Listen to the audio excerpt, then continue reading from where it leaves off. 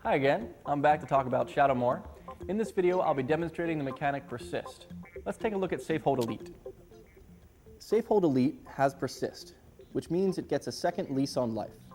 Here's how it works. If I play Shock on Safe Hold Elite, it does 2 damage and sends Safe Hold Elite to the graveyard.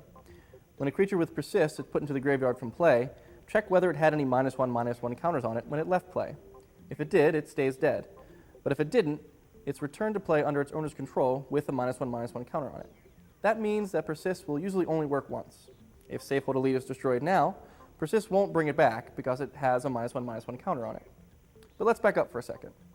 If you have a way to remove that -1/-1 counter, for example, you put a +1/+1 counter on Safe Hold Elite, and the 2 counters annihilate each other, then Persist will be active again, and you can re-resurrect Safe Hold Elite. Once it returns to play, it's an entirely new creature. It's affected by summoning sickness.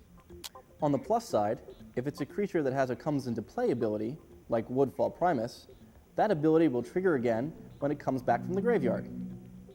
How can you stop your opponent's creatures with Persist? There are 2 main ways. While a card with Persist is temporarily in your opponent's graveyard, you can remove it from the game with a card like Cremate. If it's removed from the game, it can't come back. The other way is to put -1/-1 counters on the creature while it's in play. Persist doesn't just get shut off by its own -1/-1 counters, Persist is shut off by any -1/-1 counters. Luckily, Shadowmoor has plenty of ways to get -1/-1 counters on a creature. And that about summarizes Persist. It's a cool, creepy way to get some extra play out of your creatures.